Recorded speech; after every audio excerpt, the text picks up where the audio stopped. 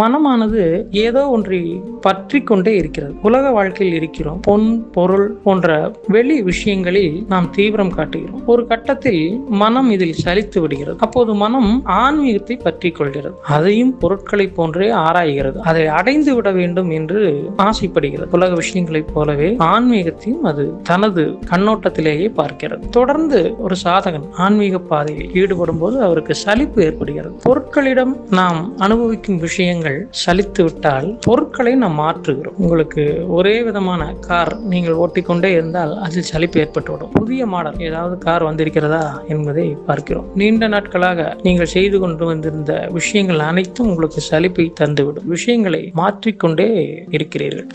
அதை போலவே இந்த தியானத்திலும் சலிப்பு ஏற்படும். இந்த வெறும் மேலோட்டமான பொருட்களைப் போலவே ஆன்மீகத்தையும் அணுகும் மனிதர்கள் இந்த கட்டத்தில் ஆன்மீகத்தை கைவிட்டு விடுகிறார்கள்.